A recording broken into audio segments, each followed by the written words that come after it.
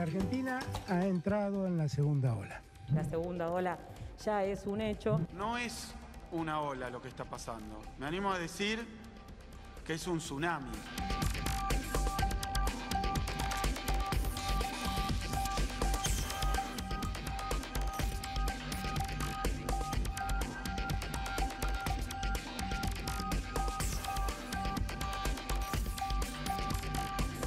No me gusta que se haga política con la pandemia. Así como hace un año les pedí que se aíslen en sus casas mientras montábamos un sistema de salud abandonado.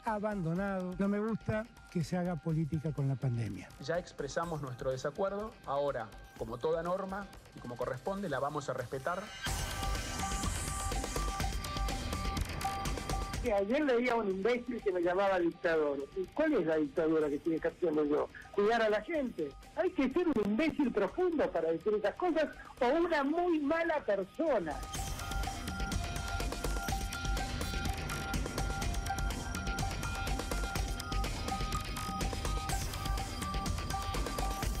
Las provincias, como el gobierno de la Ciudad de Buenos Aires, puede comprar vacunas por su cuenta. Y lo mismo que los privados, eso no está prohibido. Es un debate que no es posible de resolver a través de contrataciones. Las contrataciones serían recién para fin de año o el año que viene.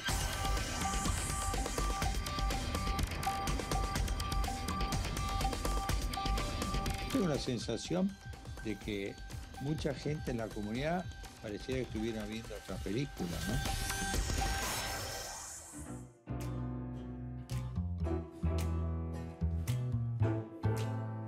¿Qué tal? Buenas noches. La Rosca, como todos los lunes, 23 horas. Daniel, ¿cómo te va? ¿Qué tal? Buenas noches. ¿Qué tal? Pablo. ¿Cómo están? Buenas noches. Jazmín. ¿Cómo les va? Ahí está, ahí está. Está todo el equipo hoy completo.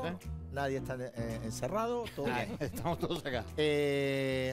Obviamente, estábamos viendo recién un poco el resumen. Sigue siendo la cuestión de la pandemia y lo va a seguir siendo prácticamente una cuestión excluyente. Sí. Claro, podemos disentir con el presidente que dice que no se hace política con la pandemia. Sí se hace política con la pandemia. De eso nos vamos a encargar nosotros de hablar hoy. Pero como la pandemia es cosa seria y para hablar se necesita gente que sepa, sí. Nosotros tenemos dos invitados hoy. Hoy sí está con nosotros Claudio Locopit, el titular de Swiss Medical y un hombre clave, una voz clave dentro de la parte del sector privado de la medicina en la Argentina, ¿no? Y está también el doctor Ignacio Perviliano, es director del Hospital Fernández, una mirada desde el sector público. Bueno, con ellos dos vamos a hablar alrededor de toda esta segunda ola y esta... A ver, el gobierno sacó una resolución el viernes pasado, ¿no, Daniel? Sí. Sí, bien. Ya parece vieja. Ya las discusiones han avanzado y algunos resultados vinculados al coronavirus han avanzado de una manera que hoy ya parece viejo y de hecho el gobierno está discutiendo otras cosas, las vamos a hablar nosotros. Sí. Y quiero saber qué va a hablar Jazmín. Bueno, hablando de la pandemia, el gobierno a raíz de la pandemia quiere correr la fecha de las elecciones. Les voy a contar dos reuniones clave que van a tener que ver con eso esta semana. Bárbaro. Y nosotros vamos a hablar con Claudio Locopit. ¿Qué tal? ¿Cómo le va? ¿Cómo anda? Gracias por venir. Muchas gracias. A ver, ¿estamos dramatizando o estamos diciendo más o menos el panorama que está ocurriendo?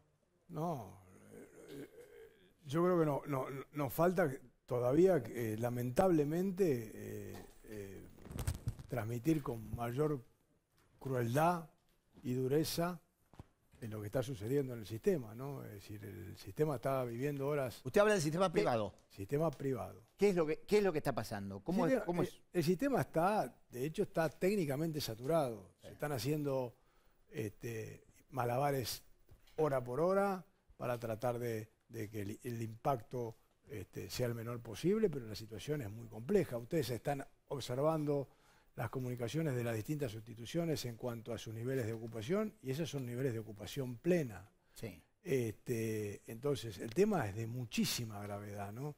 Cualquiera que haya tenido algún conocido, algún amigo buscando cama en las últimas horas, sabe que ha sido muy dificultoso. Y vuelvo a decir, ¿no? Porque no me voy a cansar de decirlo, esto no es opinión, esto es información precisa. Cifras y además perfectamente auditable por alguien que desconfíe, porque como me canso de decir, todas las comunicaciones de las obras sociales y empresas de emergencia están grabadas, por lo tanto los pedidos de camas a las distintas instituciones están grabadas, los rechazos están grabados y los móviles dando vuelta para poder internar a un paciente se extienden horas. Sí, ahora, Velocopit, digo, esto es muy intranquilizador, como usted se imagina y usted lo tiene muy claro, para la sociedad, para los que escuchamos. ¿Hay plan B? Digo, ¿cómo se sigue después de que el 100% de la ocupación del sistema privado de salud esté ocupado? Lamentablemente hay que mirar la historia reciente de Estados Unidos, de España, de Italia, de Francia. Cuando hay saturación, se viven momentos dramáticos en todas las instituciones, donde definitivamente no solamente cae la calidad, sino los profesionales tienen que elegir a quién salvar. Y nosotros tenemos que evitar eso, porque eso está a la vuelta de la esquina. Y bueno, mi rol es tratar de contarlo, lo vengo tratando de hacer con poco éxito hace bastante tiempo. ¿Con poco éxito? ¿Por qué? Y porque evidentemente la sociedad está cansada, no le gusta escuchar malas noticias, el tema se politizó tremendamente, entonces se toma partido si en realidad no es tan grave, si lo que se está buscando es un rédito político o encerrar a la gente o qué es lo que hay atrás. La economía está destrozada y obviamente es lógico que todos los actores de la actividad económica protesten si vamos a un proceso de cierre. Ahora, yo no soy político, yo soy un actor del sistema de salud, tengo una responsabilidad y eso es lo que estoy haciendo. Ahora, estoy mostrando lo que está sucediendo, ¿no? Velocopit, usted decía que hay que contar con mayor crueldad, así lo dijo la situación, pero por ejemplo Axel Kicillof, el gobernador de la provincia de Buenos Aires, el territorio más grande de la Argentina, dijo que esto es un tsunami. ¿Qué más queda por hacer ante eso? ¿Cuál es la reacción? ¿Qué más queda? Lo único que queda, muchachos, lamentablemente es lo que se dijo desde el primer día cuando apareció y todos estábamos acostumbrados a repetirlo y después nos olvidamos. Hay que achatar la curva. Si nosotros no achatamos la curva de los niveles de contagio, es imposible aguantar. Me disculpa, mientras usted habla, el director va a poner la placa con los datos actualizados al día de hoy. ¿Achatar la curva en este contexto cómo se logra? Bajando la circulación. Yo creo que el gobierno hizo un intento, tomando medidas para ver cómo funcionaban. Y la realidad es que, y yo lo entiendo, yo no me quiero poner en crítico de la sociedad, yo me pongo en hacer una descripción, ¿no? Si ustedes ven lo que pasó el fin de semana simplemente con una liquidación de una tienda muy importante y las colas que se suscitaron, evidentemente la autodisciplina para tomar estas decisiones no alcanza. Entonces va a haber que ir por más, porque si no bajamos la circulación, no aguantamos el sistema. Y esto le puede pasar a todos los que se le imaginan que no les va a pasar, porque esto no es solamente COVID. Cuando el sistema de salud satura para todas las prácticas, ¿no? En ese sentido, Velocopit, el gobierno tengo entendido que está por pedirle al sistema privado que baje lo que es la tensión de otros padecimientos, de otros problemas que no sea COVID, para liberar camas para el COVID. Ya lo ha hecho, pero además las camas que se pueden liberar en este sentido no son suficientes, porque son aquellas cirugías programadas que pueden ser reprogramadas. Estas cirugías que pueden ser reprogramadas, su incidencia de utilización de terapia es muy baja. Por lo tanto, que no vamos a solucionar el problema, va a ayudar, hay que hacerlo, lo estamos haciendo, es lo que hay que hacer, estoy de acuerdo, pero no es suficiente.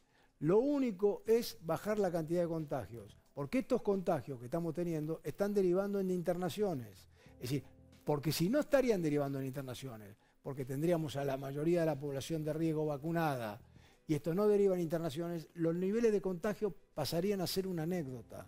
Porque no importa tanto los niveles de contagio, sino que lo que importa es los niveles de utilización del sistema. Y el sistema va al límite, como yo lo defino. Esto es un auto a 300 kilómetros por hora con la pista patinosa y flojo de freno. Velocopit, esto es así. Hace un rato escuchábamos en el resumen en el IG de ingreso la declaración de Cafiero. Y Cafiero dijo hace unos días que podían comprar vacunas las diferentes provincias, pero también los privados. ¿Eso es posible en la Argentina? También se pueden comprar, si vos decidís, pasajes a la luna. En este contexto no hay vacunas, por un lado. Es una problemática que no solamente está viviendo la Argentina. La industria no le está vendiendo tampoco, ni nos abre la puerta a la posibilidad de que los privados lo podamos hacer. Me parece que hoy, hoy tenemos que entre todos, por supuesto, ayudar. Todos estamos tratando de buscar contactos a nivel internacional para tratar de que Argentina consiga mayor cantidad de vacunas. Y me parece que esa es la etapa que tenemos que hacer. Pero va a durar un tiempo, porque no está claro que no la vamos a poder hacer en las próximas semanas, tener la cantidad necesaria de vacunas para lograr parar el despelote que Ahora, usted, mientras le pregunto esto, vamos a ver la placa del nivel de vacunación, que en la región siempre ponemos 4 países. ¿Usted cree que, usted habló de limitar o restringir circulación? Esto conlleva el desafío de que el ciudadano cumpla esa restricción. Digo, ¿cuánto déficit ha habido en la posibilidad de tener más vacunas y más inmunización y que pudiera ser quizá menos estricta la circulación? Es que seguramente hubo mucho déficit, porque Argentina tiene infinidad de déficit. Nosotros nos estamos comparando con países que no tienen el riesgo país que tenemos nosotros, que no tienen la inflación que tenemos nosotros, que no tienen los problemas estructurales que tiene Argentina. Y Argentina no va a tener problemas estructurales para una cosa y va a tener fáciles soluciones para la otra. Entonces, lógicamente, en ese camino no hemos podido acceder quizás a determinado tipo de contratos que quizás nos pondrían hoy en otra situación. Pero eso ya está.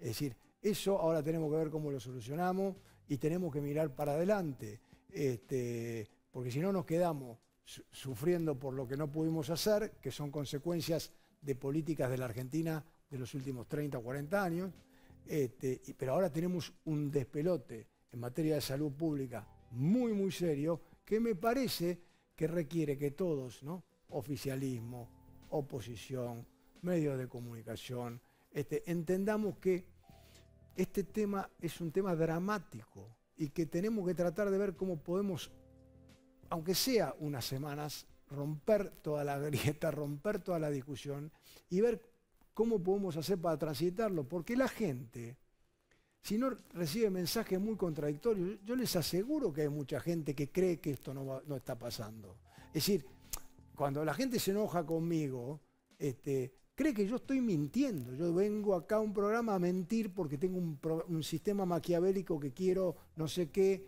Es decir, todos creen que si uno dice una cosa es porque es oficialista, si dice otra cosa porque es oposición. Y yo no estoy haciendo ningún otro análisis que no sea de salud pública. Entonces digo, desde ese concepto, esto es lo que pasa y es muy fácil de investigar.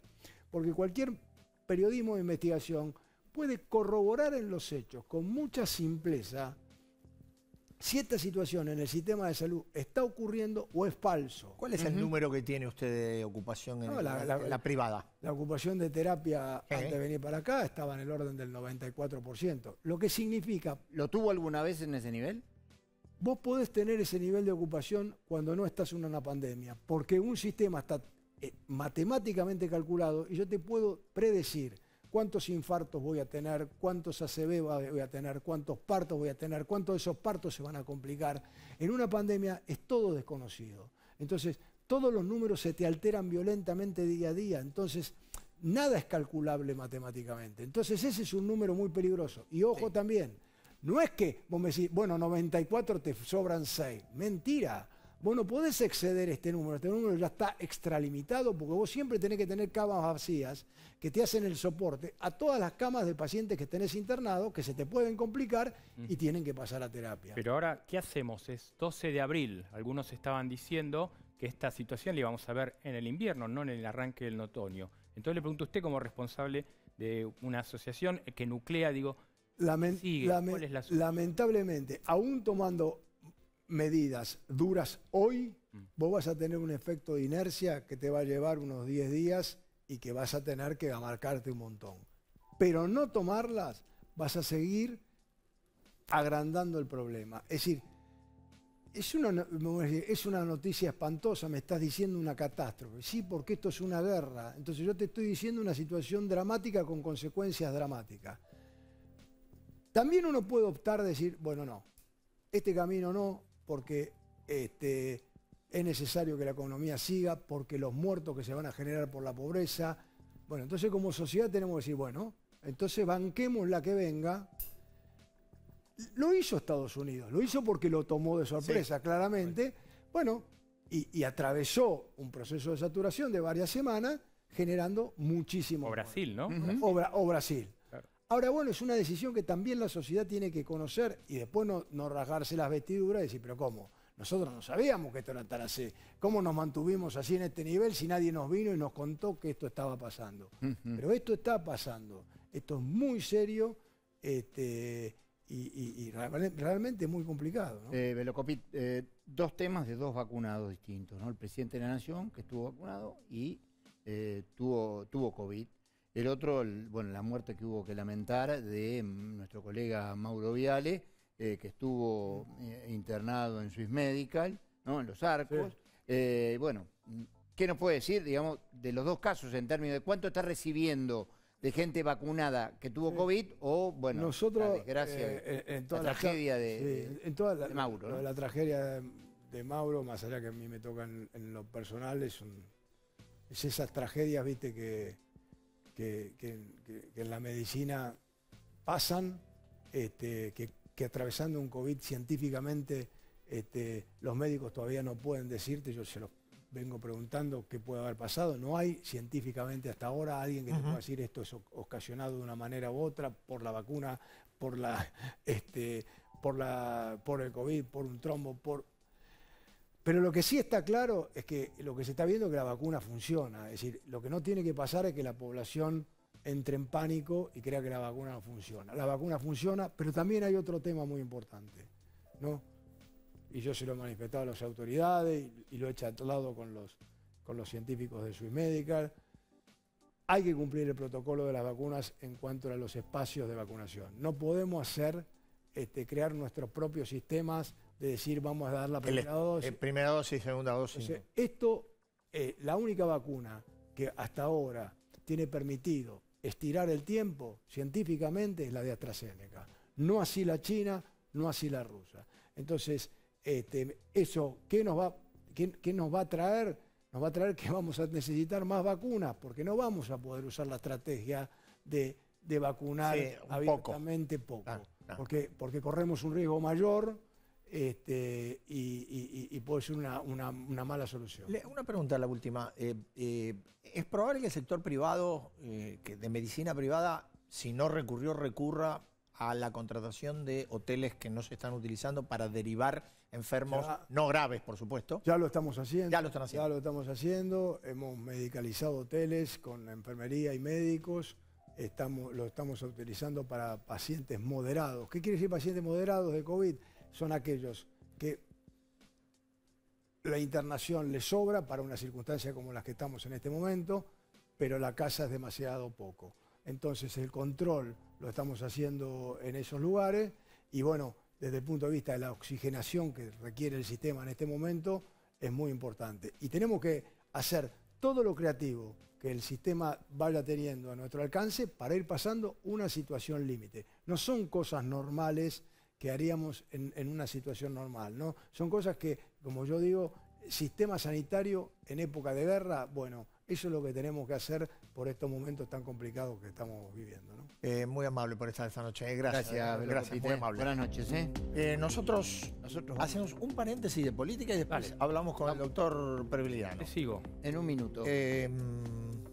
Vamos a hablar de política. Sí. Vas a empezar hablando vos. ¿De política? Sí, Pablo también puede hablar de política. Sí, claro, obviamente. Jazmín también puede hablar de política. Antes de entrar, lo dejamos para después, sí.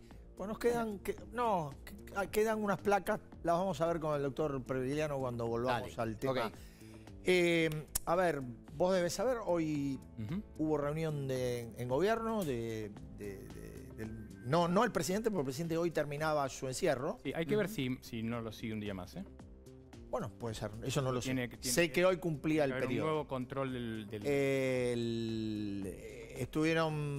ampliaron el equipo. Ampliaron el equipo de expertos, ya no de infectólogos, creo que estuvieron los 2 CAN nada más. No, hubo varios más, pero están psiquiatras, están psicólogos, con lo cual se usan una cosa más interdisciplinaria. Lo cierto es que todo lo que decía yo al comienzo, creo que vos lo compartís, me da la impresión que el anuncio del viernes ya quedó viejo. Totalmente. Que están evaluando, lo decía recién Velocopit, el tema de restricciones. Yo digo, 2 alternativas. O restringir fuertemente los fines de semana en actividades recreativas, culturales, o hacer lo que decía, ¿te acuerdas de la teoría del doctor Puello, el español, el martillo y la danza? O un martillo de 14 días. Exactamente. O sea, un cierre duro de 14 días. Lo que pasa que el tema de los 14 días, la duda es... la economía. Hoy vimos... Claro.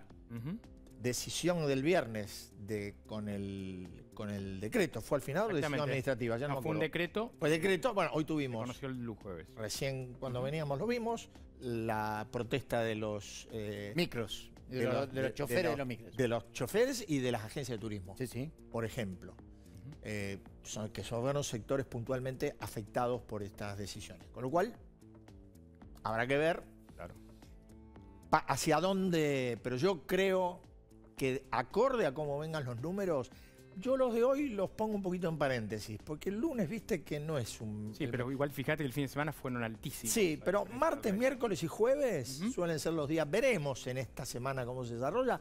Yo creo que si vienen con mucho ímpetu, no sé si al fin de semana no tenemos son claves las próximas 72 horas, porque se van a ver si pasa esto que vos bien decías, que es si no hay una reacción antes del fin de semana, esto de cerrar el fin de semana. Lo que decían todos estos expertos que vos mencionabas es un estilo de cuarentena, pero diciendo el principio y el final, intentando dar certezas. Bueno, tales disciplinas y tales lugares, que Daniel lo sabe bien desde la economía, la influencia, todo eso, arrancan, un ejemplo pongo, el 15 de abril hasta el 22, cosa puntual, y después se revisa y se analiza nuevamente. Yo les puedo hacer una pregunta ahí. ¿Cómo juegan esto los movimientos sociales, los piqueteros que están asociados al gobierno, que están reclamando? Bueno.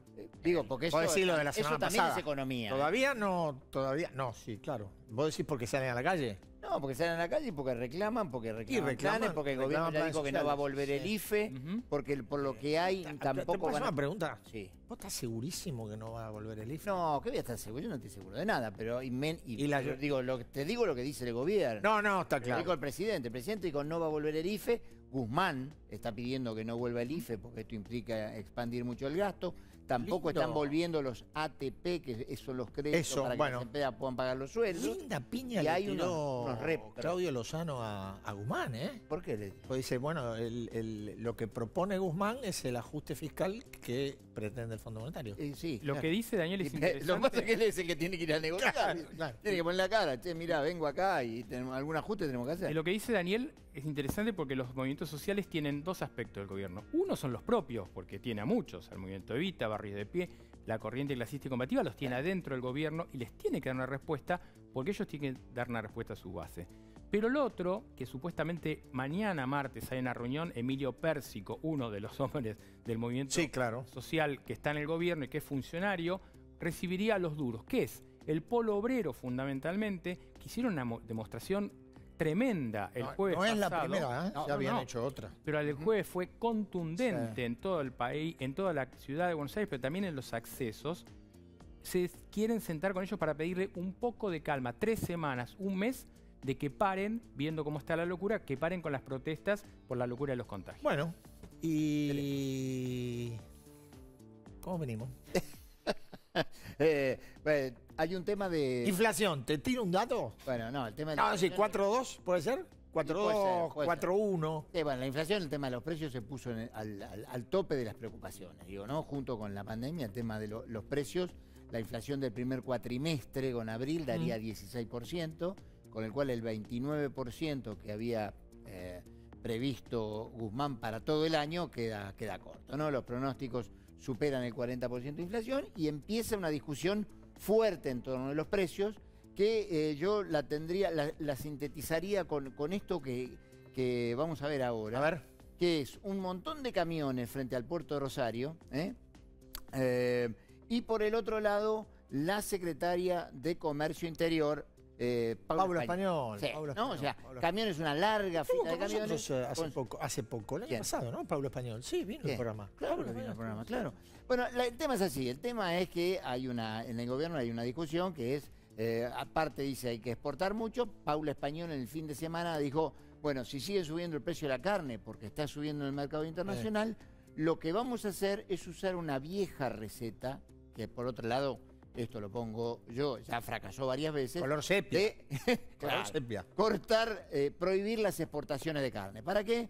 Para que si se prohíben las exportaciones haya más oferta de carne en el mercado doméstico y por lo tanto se controle un poco más el precio. Bueno, esto generó una gran preocupación junto con lo que fue otra definición de Paula Español, de que le exige a las empresas, especialmente de alimentos y de bienes de consumo, que produzcan al máximo de su capacidad. O sea, más allá de lo que les esté pasando con los costos, con los precios, con el abastecimiento, les exige que produzcan al máximo. Una cosa realmente bastante ¿Quién insólita, controla eso? ¿no? Ya se le dice, vos sabés que en algunos círculos se le dice Guillermo Moreno de Alberto Fernández a Paula Español, pero no, hoy, contrarrestando esta posición de Paula Español, salió la vicejefa de gobierno. Sí, Cecilia Todesca. Cecilia Todesca. Sí. A decir, no, mire, por ahora no vamos a hablar, vamos a pedir que haya precios razonables y racionales en el mercado y abastecimiento fluido en el tema de la carne, pero por ahora no estamos pensando en prohibir las exportaciones. O sea que en el término de 24 horas vamos por un lado y después vamos para el otro. La sensación que tengo es que Todesca sale siempre a echar agua, ¿no? Es como el bombero. Alguien dice algo y sale y dice, no, va a ser así. Y aparte lo que tiene Todesca es que tiene buen tono, es un economista muy racional, con buen tono y va era su padre. Y es como que, claro, exactamente, es como que me parece que en determinado momento Alberto Fernández le dice, sí, Cecilia, andá y resolvé esto. Sí, algo, claro. Pongamos un poquito de paño frío porque la cosa está complicada. Está muy bien. Y hablamos de política. ¿Viste? El presidente dice que no le gusta hacer política. No. Con la pandemia. No. Pero Jazmín tiene algo. Pero ¿cómo que no? Tiene de todo Bulorini. Sí, hay un tema que es clave, ¿no? Que son las elecciones y que es un tema que complica en algún punto porque con tanto lío dando vuelta hablar de elecciones suena a especulación y... Es especulación. No, es especulación. ¿Vos creés que no es especulación? Yo creo que hay mucha Definite, Jazmín. ¿Es especulación? Yo creo que es especulación. Bueno, sí, hay mucha especulación, pero no solo del oficialismo, digo. No. La oposición también está haciendo especulación con este tema. Y esta semana, sí, el tema es que lo tienen que resolver rápido, porque no hay demasiado tiempo. El 10 de mayo es un límite que hay en el calendario electoral, porque el 10 de mayo el presidente tiene que sacar el decreto de convocatoria de elección si fuera en agosto.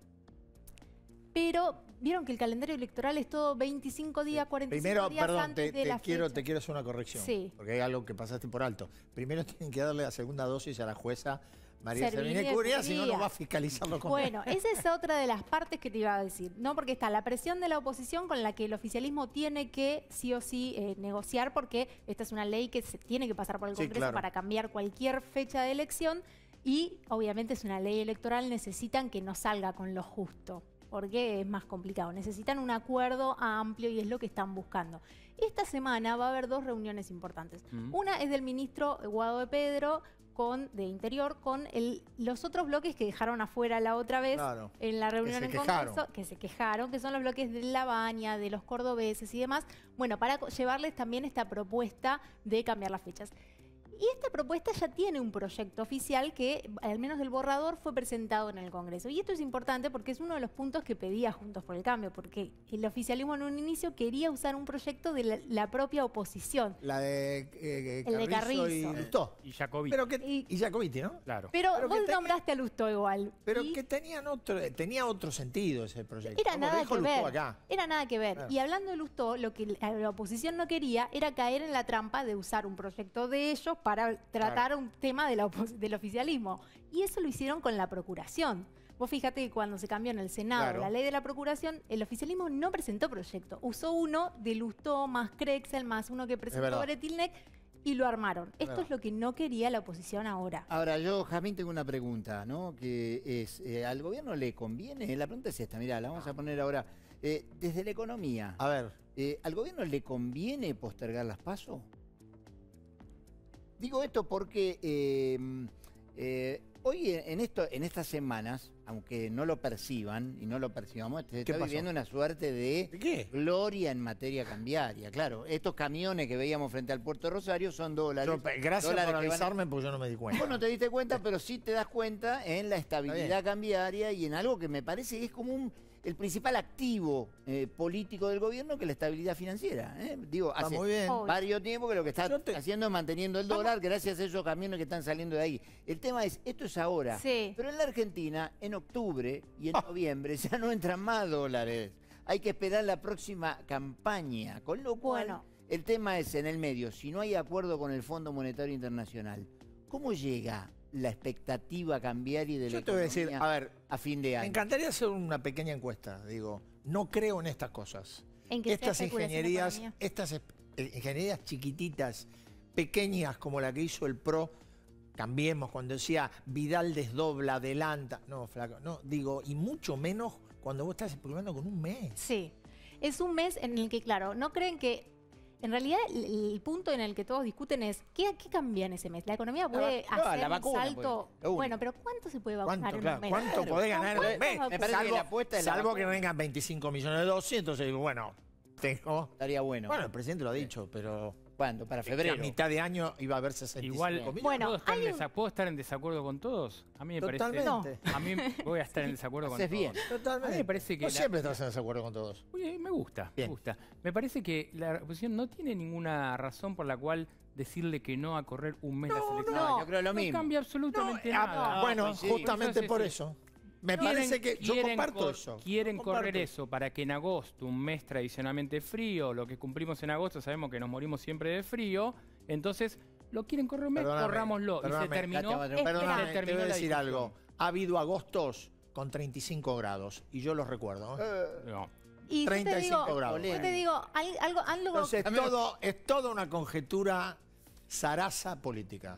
Miren, antes de que les quiero mostrar un chusmeando redes, porque Dale, quiero dale, mostrarlo, dale. pero antes, lo de la especulación, también hay algo que mira Juntos por el Cambio, que es la elección en Río Cuarto, que se celebró municipal en noviembre de 2020, y votó la mitad del padrón, y eso tampoco le conviene a la oposición. Las votaciones que hubo este domingo Sí. en Ecuador, en Bolivia y en Perú no fueron masivas. Bueno, por eso es Claramente. algo que también Bueno, la eso hay oposición que está tenerlo. mirando. Y bueno, ¿qué vas a hacer? Les muestro Dale. el chusmeando redes. Miren. Sí, no le hagas caso al que te... Dale.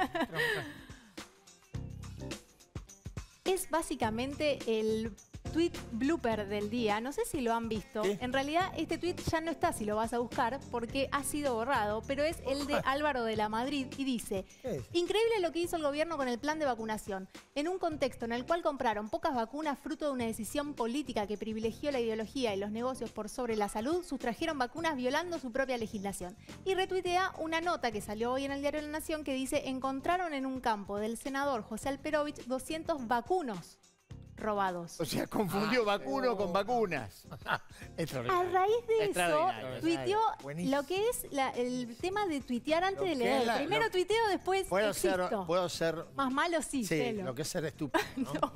Con el mayor respeto, dicho esto. con el mayor Bueno, respeto. lo Diputado borró. de la Nación. No, pero... Y le tengo una gran consideración, pero estúpido uno es en... Cualquiera puede ser estúpido en una Estamos circunstancia. todos hablando de vacunas. Es una estupidez, no es una No, bueno, hable es de una la estupidez. persona. No, la persona no. La persona es Exactamente, bellísima. es una- Leyó el título El acto es una y se estupidez. pasó. La cuestión es que lo borró, pero ya todos lo habíamos obviamente visto. Captura y acá está. Muy bien. Muy bien, Muy Jazmín. bien, está en la gracias, captura, Jamín. está en la captura. Nosotros vamos con el doctor Previliano mientras vamos, porque no tenemos cosas pendientes. Tenemos producción, si no me equivoco, el gráfico de las curvas. ¿Puede ser de la curva de contagio o yo estoy equivocado? Bien, vamos con eso y hablamos con el doctor. Ahí estamos. Esta es la evolución de las últimas 2 semanas. Como vemos, la línea ascendente de manera clara. Doctor Previliano, gracias por estar. Muchas gracias. Gracias a ustedes. Primera pregunta. usted escuchó la descripción que hizo el Velocopit. ¿El sistema público está respecto del privado de una manera más holgada, menos estresada? ¿Cómo está funcionando? Números. A ver. Hoy a las 7 de la tarde, 228 pacientes en camas de terapia intensiva y 522 en sala general. Sala general. Respecto del lunes pasado, 24.2% de aumento de la terapia intensiva, 38.2% de aumento en las salas generales. Esta es la realidad. En el momento más álgido de la pandemia el año pasado, el sistema público de salud tenía 450 camas de terapia intensiva. Sí. Entonces, hay un margen. Hay un margen. ¿No? Ahora, doctor, ¿lo sorprendió a usted la virulencia en el tema del salto? Esto que el gobernador de la provincia de Buenos Aires en forma bastante intranquilizadora caracterizó de tsunami. Bueno, uno lo puede caracterizar con la metáfora que quiera. La realidad es que desde el punto de vista estadístico es una pared, ¿no?, que se levanta. Tuvimos en 3 días, se duplicaron los contagios respecto de agosto del año anterior. Entonces este efecto es tremendo. Y nosotros lo hemos visto con esto que les digo. De lunes a lunes un 25% casi mayor de camas de terapia intensiva y 38% en las camas de internación general. Ahora, doctor, este número tan alto que vemos, ¿es solamente una mayor cantidad de contagios por diferentes razones o es que también hay un nivel de testeo mucho más alto y esto hace que aparezcan mucho más positivos? No, Pablo, el tema es así. Si yo testeo más, los casos positivos tienen que bajar. ¿Sí?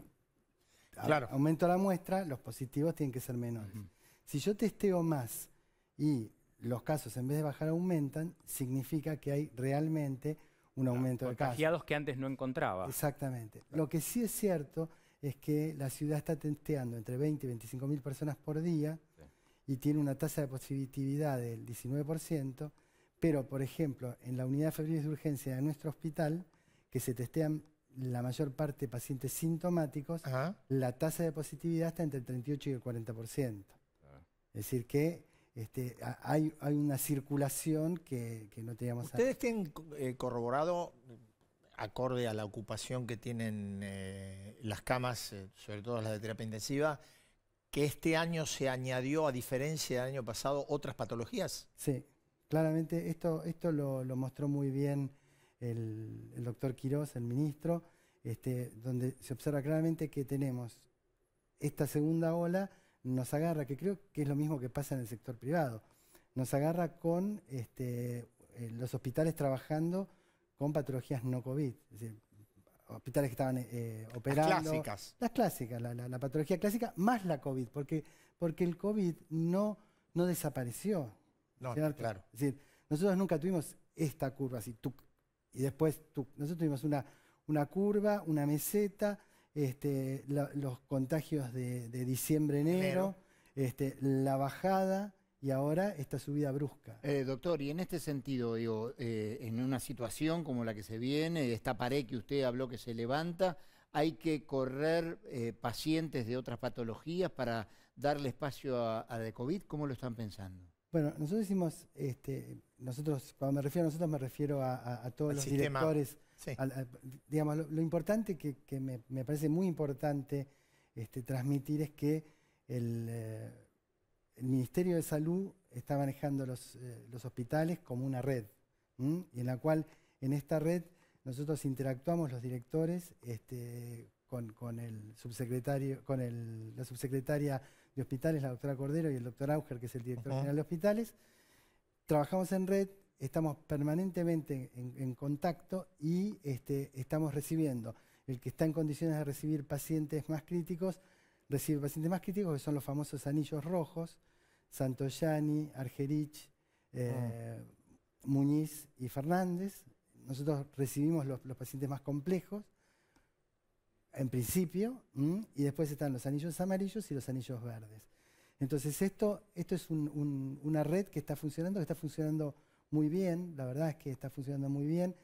Tenemos comunicación entre nosotros y si yo tengo un problema, hablo con el doctor Hernández de la Argentina. ¿Y hay por ejemplo, remisión de enfermos? Sí, permanentemente. ¿Incluidos de la provincia de Buenos Aires o solamente? No, esto es en la ciudad. En la ciudad. Esto es en la ciudad. Lo que pasa que, por ejemplo, el día de hoy en el Hospital Fernández, terapia intensiva, el 20% de los pacientes que tenemos internados son de provincia.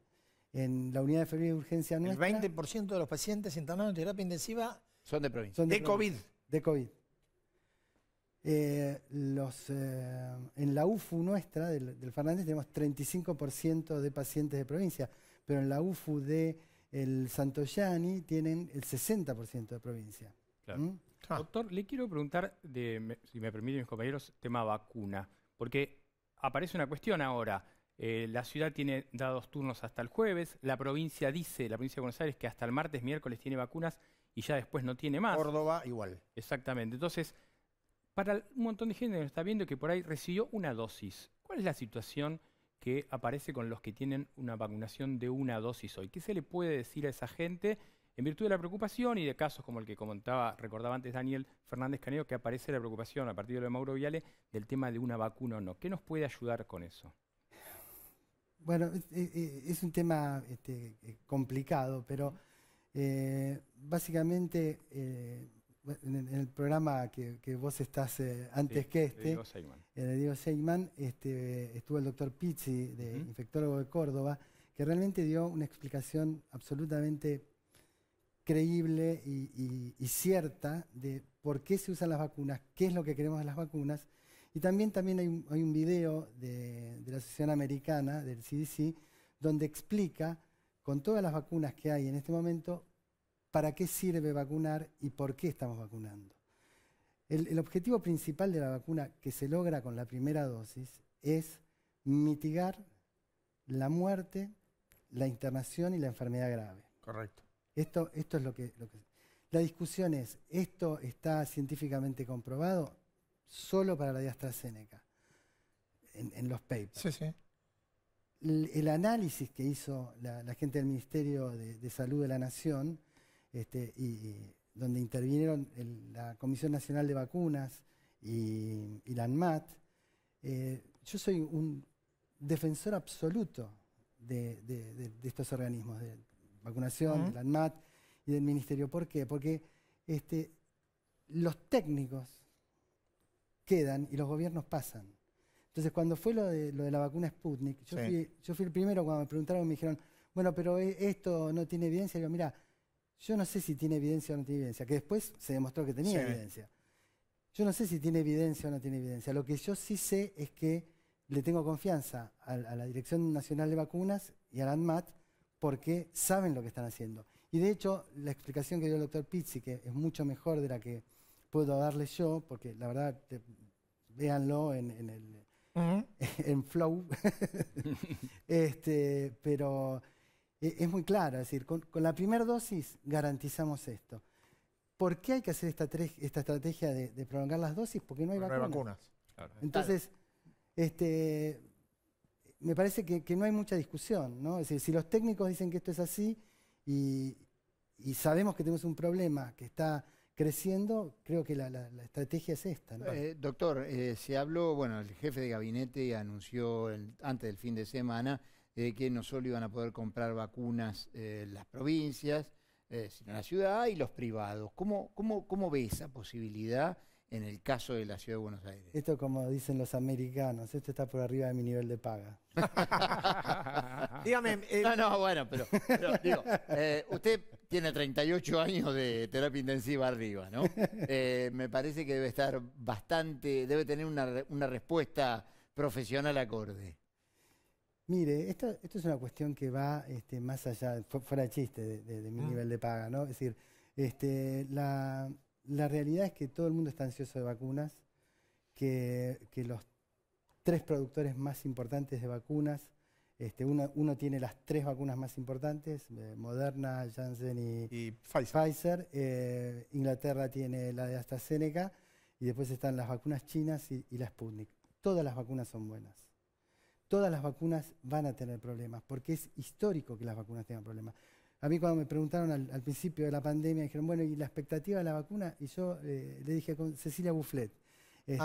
Cecilia me dice, doctor, mirá, Cecilia, entre 2 y 5 años tienen que pasar para decir que una vacuna es buena.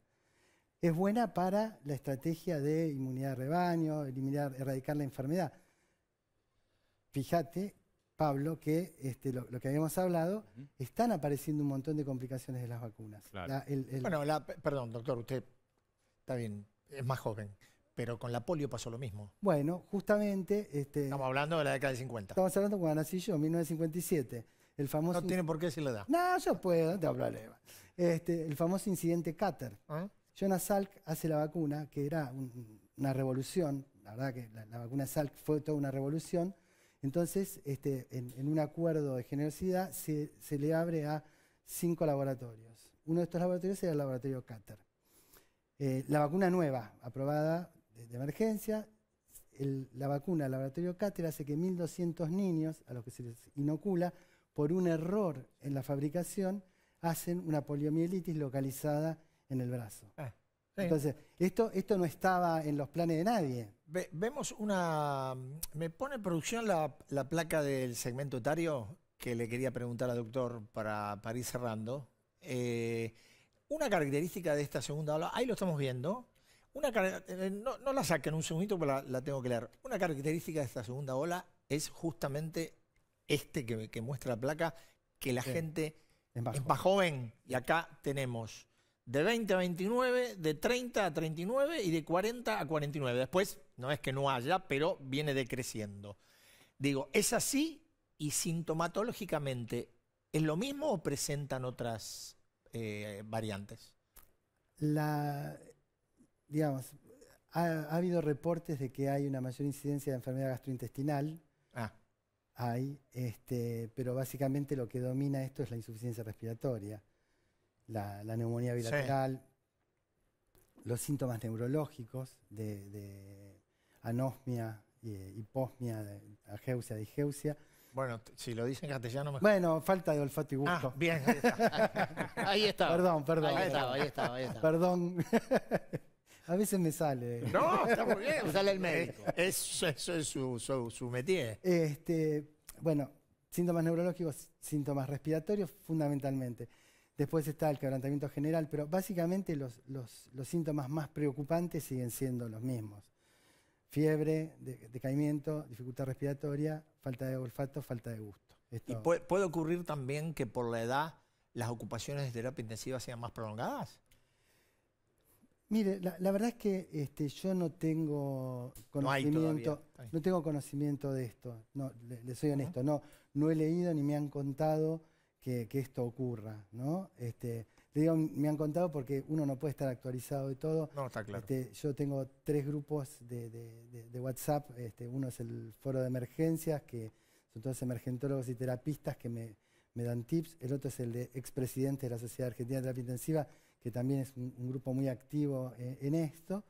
Un grupo coronavirus, que es de sanitaristas, y obviamente todas las cuestiones que uno va leyendo. Entonces, esto es un poco lo que hace que uno pueda estar al tanto y manejando estas cosas, porque realmente todo es muy novedoso, todo cambia permanentemente. Es decir, el conocimiento y lo bueno, o digamos, de lo que yo estoy orgulloso de mi hospital, es que tenemos indicadores muy buenos en términos de morbimortalidad. Hemos desarrollado una estrategia que nos ha permitido ahorrar miles de días cama de terapia intensiva, que es la ventilación no invasiva, es decir, que es una cuestión en la cual nosotros estamos generando conocimiento. Es decir, publicamos un artículo en la revista Medicina y ahora estamos publicando otro con mayor cantidad de datos en el Journal of Respiratory Disease. Así que la verdad es que estas son las cosas que... la otra cara de la pandemia, ¿no? Es decir, está claro. Poder aprender para mejorar la atención de nuestros pacientes, que en definitiva es el fin último por el que estamos acá, ¿no es cierto? Es decir, yo soy director del Hospital Fernández porque me lo pidieron. Yo nunca pensé que iba a ser director del Hospital Fernández. Hace 4 años que soy director del hospital Y la verdad que lo único que yo quiero, y es el lema que le pusimos a nuestra gestión en el hospital con el doctor Hermes y con el licenciado Spiri, que son el subdirector y el director general de administración, es pasión por atender mejor a la gente. Esa es nuestra pasión y eso es lo que nosotros queremos. Y realmente brindarles la tranquilidad dentro de esta locura. Decir, bueno, esto es así. Tenemos una segunda ola, tenemos un virus que es más contagioso, tenemos, pero también tenemos un sistema de salud que está mucho más fortalecido que en marzo del año pasado y tenemos una mayor experiencia en el manejo de estos pacientes. Doctor, muchas gracias por estar esta noche, muy amable. No, por favor, nosotros, Daniel, ¿vamos a un corte? Vamos a un corte. A la vuelta, como siempre, vamos a jugar a las cartas con Daniel. Y ahora estamos de vuelta, Dani. Estamos para las cartas. Tenemos, hoy vas a disfrutar. Yo sé que vas a disfrutar, porque a vos te gustan los premios fuertes. A vos te gustan los premios fuertes. Sí, no, y aparte yo creo que algún día ya dimos una Será justicia, vamos con la primera. Hay un montón de gente que hace la cosa bien. Director, haga la primera. Vamos. ¿Te gusta? No. 4 de copa. Arrancamos con un 4 bueno, de copa. pero... No, sí, al presidente. A ver, afortunadamente creo que mañana, lo decía Pablo hoy, va a salir del encierro. Si el último estudio que se le hace da correcto. Mejor de los deseos. Es así. Pero bueno, quizá haya sido por el virus extra ese que se le metió, porque tenía las 2 vacunas, que tuvo tan calentón el otro día, ¿no? Imbécil, la bronca. Miserable, digo, a ver, después de... Yo lo que no entiendo es, dice, imbécil, miserable. Después va de Pedro, dice, ¿por qué no armamos un acuerdo? Sí, nos juntamos, un acuerdo para ver lo de las elecciones. ¿Por qué no hacemos otro acuerdo para un seguimiento de la pandemia? Sí. Pero sí, es difícil hacer un acuerdo cuando usted dice la cosa que dice. Pero va para la casa de huéspedes. 4 de copa, vale. Va, allá va. Con el mayor de los respetos. Vamos con la siguiente.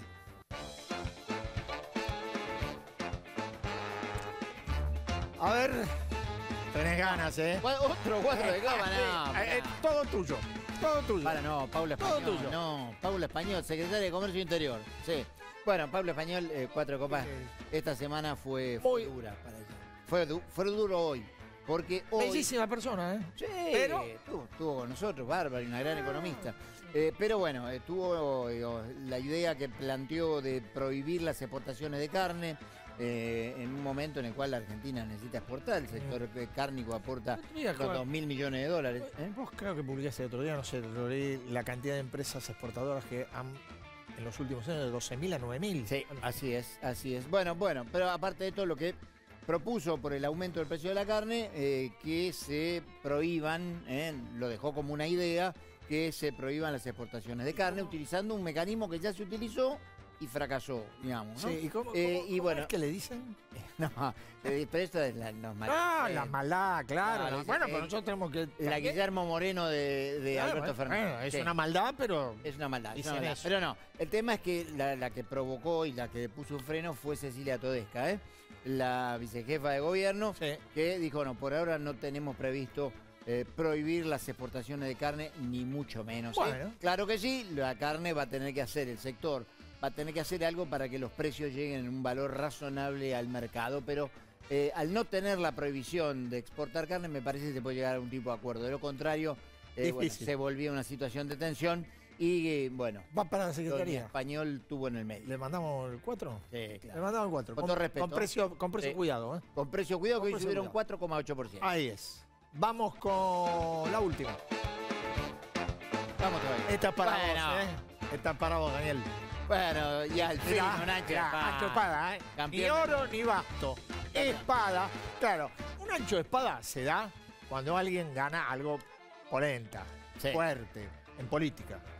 El señor Guillermo Lasso, presidente electo de Ecuador. Ex banquero. Un ex banquero que perdió. Es la tercera vez que se presenta. La tercera vez, 2 veces perdió y ahora presidente. Y aparte fue contra el Delfín de Correa. Efectivamente, a quien Alberto le prometió vacunas, que nunca le dio. Sí. Y a quien Cristina recibió en el Senado en plena campaña. Igualmente hoy el presidente Alberto Fernández, obviamente... A lo que faltan los saludos. Ganó don Guillermo Lasso con mucho voto indígena. Y joven. Y joven. Y joven, hay que ver, ¿no? Este tema de América Latina, ¿para dónde va? No se sabe. Para el otro. No está claro. Bueno, pero don Lazo... Ni nosotros sabemos para dónde vamos. No, eso seguro. Yo no tengo la Le idea. mandamos a Quito. Exacto. A Quito, le mandamos... Va por... Ancho de espada. ¿eh? No sé, sé si sabrá del truco. De alguna manera. Pero entenderá que es una cosa... Se lo podemos mandar a Durán Barba y Durán Barba que se lo mande a él. Se le cuenta. Vos sabés que Durán Exacto. Barba sabe de truco. Muy bueno. Bueno, nosotros nos vamos. Volvemos el lunes en La Rosca. Sí, señor. Gracias. Chao, buenas noches. Hasta luego.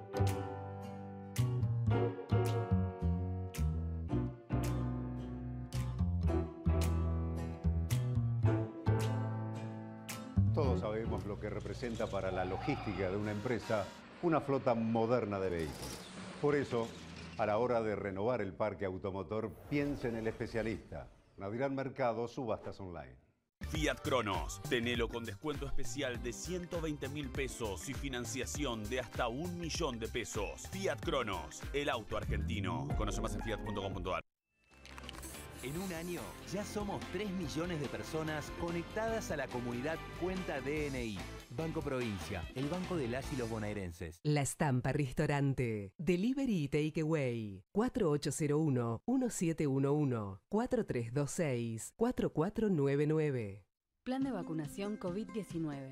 Empezamos a aplicar la vacuna en más de 180 puestos en la ciudad. Para saber más, ingresá a buenosaires.gov.ar/vacuna COVID. Cuidarte es cuidarnos. Buenos Aires Ciudad. En Santander, nuestra misión es contribuir al progreso de las personas y de las empresas. Ingresá a santander.com.ar y conoce nuestras acciones de banca responsable. Queremos ayudarte. OSPE, Obra Social de Petroleros. Opera online en ospesalud.com.ar. Cachamay te acompaña en todo momento. Un saludable momento. Pueden elegir cobrar su sueldo en el Galicia. Tienen adelanto de sueldo a tasa cero por 1 año. Conoce más en bancogalicia.com. Galicia.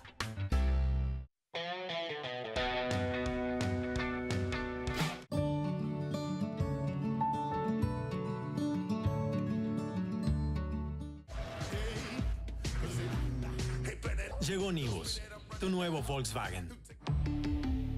Volkswagen.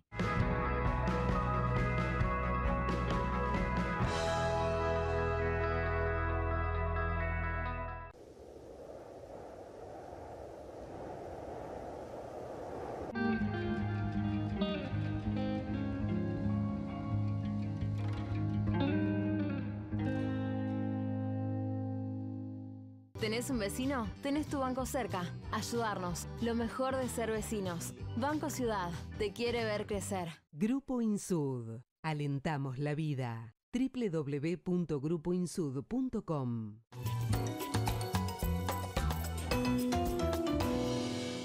El Mirasol de Puerto Madero. Delivery mediodía y noche. Teléfono 4315-6277. Argentina debe conquistar nuevos mercados para converger con las economías más desarrolladas. Adrián Mercado cuenta con portfolios de inversión, agroindustriales, regionales, de logística, turísticos y portuarios, yacimientos de litio y otros minerales. Llegó la hora de invertir con el que sabe. Llegó la hora de Adrián Mercado Comex. Plan de vacunación COVID-19. Empezamos a aplicar la vacuna en más de 180 puestos en la ciudad. Para saber más, ingresá a buenosaires.gov.ar/